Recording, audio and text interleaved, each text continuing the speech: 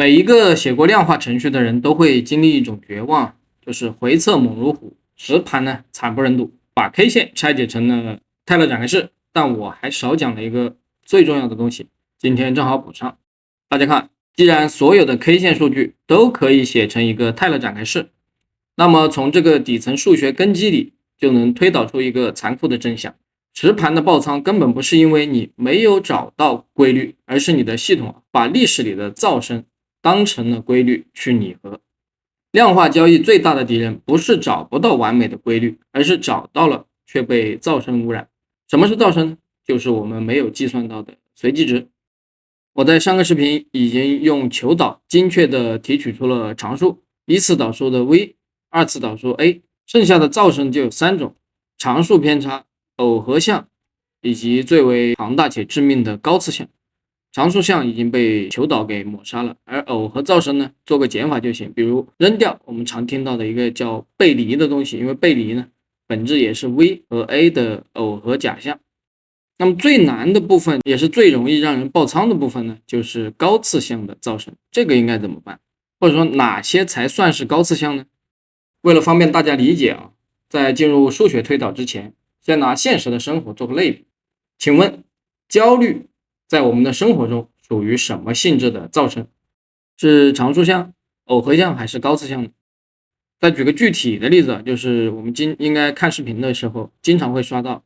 20岁某某某靠 AI 赚了好几千万，然后某一个热点让谁谁谁又火了，给他带来了天大的流量。这种信息会在短短几天内让你的情绪发生爆炸。如果被他影响，试图去强行拟合别人的人生，比如脑子一热报了一个昂贵的割韭菜的课，或者就盲目去追逐热点，那我们就会立刻偏离原本的主线轨迹，就像被市场的随机性直接收割了一样。其实这种焦虑呢，就是我们人生方程里面的高次项噪声。面对这样的高次项，数学解法是什么呢？很简单啊，只要让 t 小于1就可以了。0.1 的3次方是 0.0001， 时间够短，高次噪声就可以灰飞烟灭，完全可以忽略不计。就像我们可以焦虑，但要尽量让焦虑的时间小于1，那就不会被焦虑影响了。但是最大的问题在于时间是没有绝对的1的， 0.1 的3次方是 0.001 没错，可如果用毫秒计算呢， 0.1 秒等于100毫秒，100的10次方那也是一个爆炸级别的大数。也就是说，其实我们要解决的最大的问题是现实生活中或者说金融市场中那个时间的基准单位1到底是什么？一天、1小时、1分钟，还是1毫秒，甚至1纳秒呢？如果这个归一化的过程没办法处理，那系统就始终只能停留在理论上，根本没办法实战的。我的思考呢，至少我认为在金融市场上，这个1就代表一个决策周期。因为在金融的市场博弈里面，时间 t 它跟物理钟表上的秒或小时是完全没有关系的。这个 t 应该就是整个系统里面主流玩家的平均决策的周期。在 A 股里面，绝大多数散户和小机构受限于 T+1 的规则以及 A 股特殊的交易环境，他们的决策周期就是1天，所以在 A 股里面1等于1天。如果你的量化程序在 A 股里面以小时、以分钟为单位做决策，你的 t 就是1除以60除以24等于 0.0006。在这种情况下，高次项噪声就完全被抹杀掉了，因为当 t 等于 0.0006 的时候， t 的3次方 0.000000000002不知道多少个零。那些要在1天这个尺度上才能发酵的宏大的叙事利好的消息或者机构的洗盘动作，在你的分钟级别的操作里面根本就不起作用了。只要你的操作窗口小于市场主力的决策窗口，那他们的动作对你来说就是可以忽略不计的。窗口越是低于主流决策窗口，操作结果就越是可预测。你看图上这个安全区，它确实是可以预测的，而这个时候你就成为了别人的噪声。哇靠，这个推论再次让我对换方的这个恐怖收益感到震惊。换方在一个人均操作1天的市场里面，它的决策周期是毫秒，这是多么恐怖的一个降维打击。它甚至什么都不需要做，只要决策够快，手续费够低，它就能绝对精准的完美预测市场。它可以永远知道下一个毫秒市场是怎么走的，也完全不会被任何造成影响，也不会有任何的过拟合，换方本身就是其他所有人的过拟合。好，领悟了这一点，我们的系统终于就可以开始运用到实盘。现在我们的目的就是把 t 压缩到极小的至少是 0.01， 让高次向这个噪声灰飞烟灭。那我们的系统真正要捕捉的是什么呢？回到这条伟大的泰勒公式啊，因为 t 足够小，那么为了让整个公式里面 v 和 a 占据的权重和影响最大，那么 v 和 a 作为系数的话，那也得足够大才行，大到可以至少抵消 t 被平方后的这么一个数量降级。所以在我的引擎里面，极值的狙击必须满足以下2个变态条件。第一，加速度必须极大。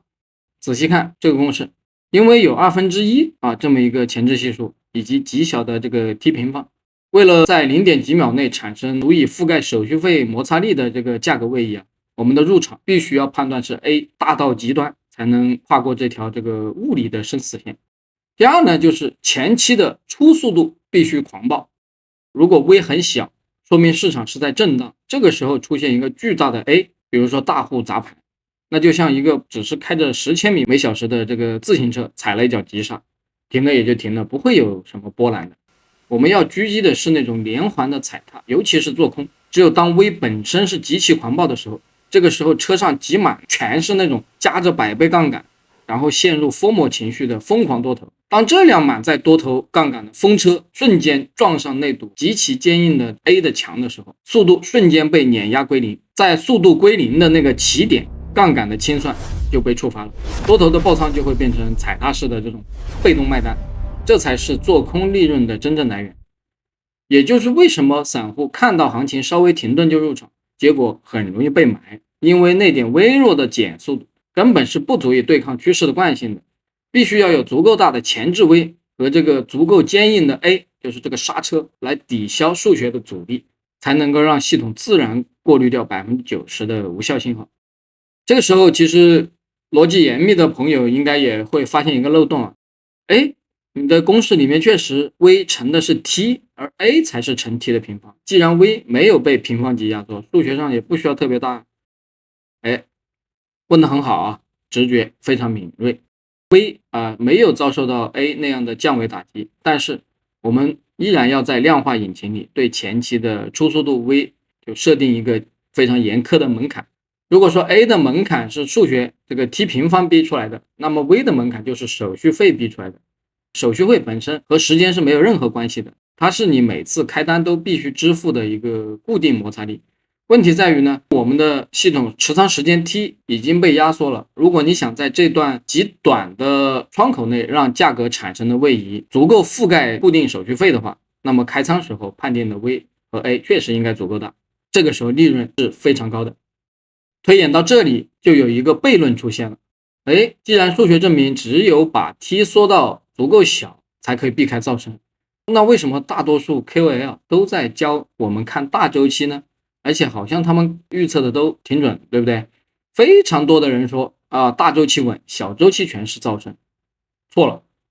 不是大周期没有噪声，而是大周期的噪声已经坍缩成了常数。预测未来是外推，只要走向未来而且 T 很大的话，高次向噪声是必然爆炸，因为未来永远是混沌的。但分析过去就不一样了，分析过去是内差，那些 KOL 是看着过去的大周期 K 线，因为那里的行情已经走完了，在已知的结果里面，所有的 C1、C2、C3 和随机的误差 Epsilon 都已经坍缩成了一个固定的绝对价格，就相当于他们看着一本已经写完的历史书，告诉你看历史的脉络多么清晰这个就不叫预测，这完全是事后诸葛亮。如果你写的回测脚本收益率高达1万、10万，但是3年内、10年内只交易了10次，那绝对不是你的系统牛逼，而是你的系统刚好把那5次历史的随机噪声当成了可以复用的常数规律，这是严重的过拟合，实盘是必死的。要对抗过拟合，就需要符合大数定律，然后 T 要够小。机器允许的情况下，你的决策周期和开单周期越小，就越能拉开和主流决策窗口的差距。我们必须有足够多的交易次数，让极小的 T 去剥离高次噪声，只赚取每一次微小但是确定的 V 和 A 的优势。而在这个高频的微观世界里面，除了黑天鹅以外，所有的宏大叙事都会失效，剩下的只有纯粹的这个数学概率不断添加。同时，这也是为什么在非农信息这种重要节点的时候，我们必须要改变交易方法的原因。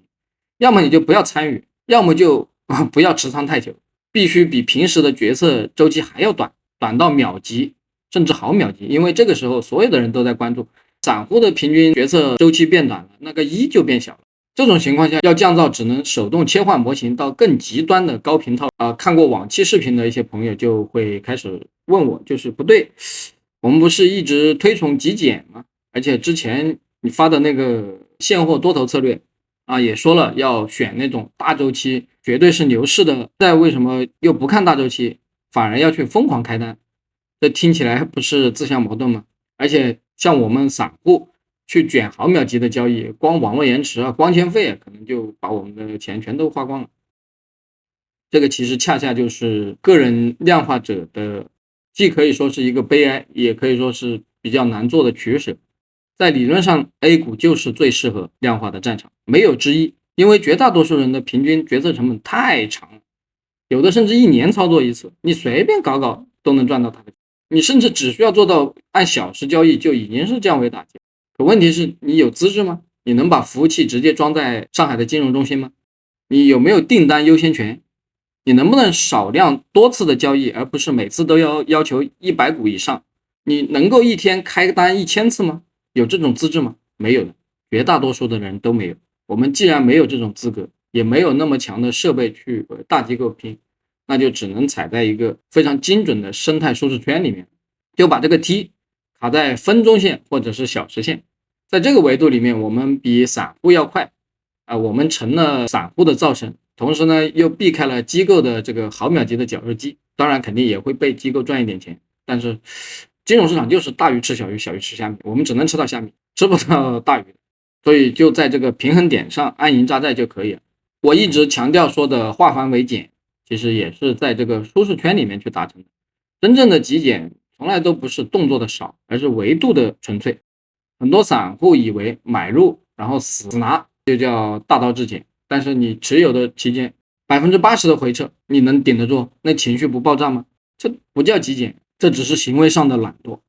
我们所说的极简是把复杂的高频操作全甩给底层的代码，用庞大的计算量呢去剥离一些高次噪声，把市场的混沌尽量还原成纯粹的数学概率。而在系统的最高层，作为决策者的我们是处于绝对的真空状态的，不要去猜，不要听消息，只做方向性的判断就行。人就是用来做那10几年里有限次的决定就可以了，就像大奖章基金的西蒙斯偶尔也会手动介入操作一样，人就应该去做最天才最有价值的事情，判断。量化系统的上帝是我们，而我们不掷骰子。就这样，在代码的世界里，我们用数学剥离了噪声，维系了系统的纯粹。那么回到现实世界，再看看那些被世俗追捧的东西比如情商。那这个情商到底算是什么呢？它有多重要？它其实不过就是常数项与耦合项而已。情商很高会让你人际交往中瞬间获得好感，这能提高一个你的基础的常数水位。但如果你的核心动能就是业务能力 V 或者认知的进化速度 A 是0或者很低的话，你情商再高也只是停在一个比较高的水洼里面而已。而且情商往往本身就耦合在你的执行力 V 里面，明天的情商比今天要高，这个事情比情商本身更重要。像我在生活中是不会去过分追求那些耦合在别人眼光里的常数项的，也不会被一些高次项的焦虑裹挟。我也会焦虑但是我焦虑的时间很短。我希望大家也能够斩断一些复杂的维度不管是量化还是生活，保持我们那个引擎的纯粹性。也希望这种纯粹可以让每天的你比前一天更强一点，至少比前一天赚更多的钱。拥抱复利，拥抱泰勒展开式。我是可乐，如果大家喜欢我的视频，欢迎点赞加关注，谢谢大家，拜拜。